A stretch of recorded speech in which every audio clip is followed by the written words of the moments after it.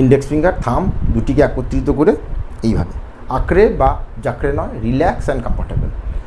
Body, আপনার মাথা, আপনার ঘাড়, আপনার কাঁধা এবং কামার গর্দান বিলকুল সিধা এবং স্ট্রেট, কোনো রকম হালাডালা বা নাড়াচাড়া নয়, সিধাভাবে বসে প্রত্যেক সেকেন্ডে আপনাকে একটি করে স্ট্রোক দিতে হবে।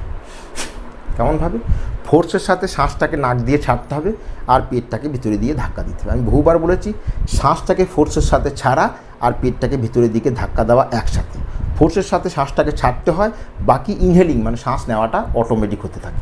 মানে শ্বাস নেওয়া নয়, কিন্তু শ্বাসটাকে ফোর্সের সাথে ছাড়া আর শ্বাস নেওয়াটা অটোমেটিক। বোঝা গেছে? রেগুলার 5 মিনিট আপনাকে খালি পেটে মানে এমটি স্টোমাকে সকালে এবং সন্ধ্যায়, আপনি দুপুরে খাবার পর, আপনি একটার সময় খাবার খেয়েছেন তার ঠিক 4 ঘন্টা পর আপনি কপালভাতি ক্রিয়া করতে পারেন, এবং সকালে এমটি স্টোমাকে 5 মিনিট রেগুলার কপালভাতি ক্রিয়াকে করবেন।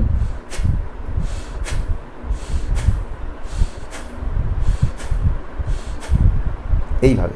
বোঝা গেছে?